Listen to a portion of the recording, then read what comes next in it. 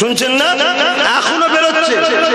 আর আমি নাম ধরে বলে দেবো, জিতার পরে কমসে কম 60 থেকে 70টা বেরিয়ে যাবে। তাদের চেহারা দেখলে বুঝে যাবে রে বাবা, পুরো একদম টার্গেট হয়ে আছে, শুধু জিতার অপেক্ষায়। কেন ডাইরেক্ট বিজেপিতে গেলে জিততে পারবে না।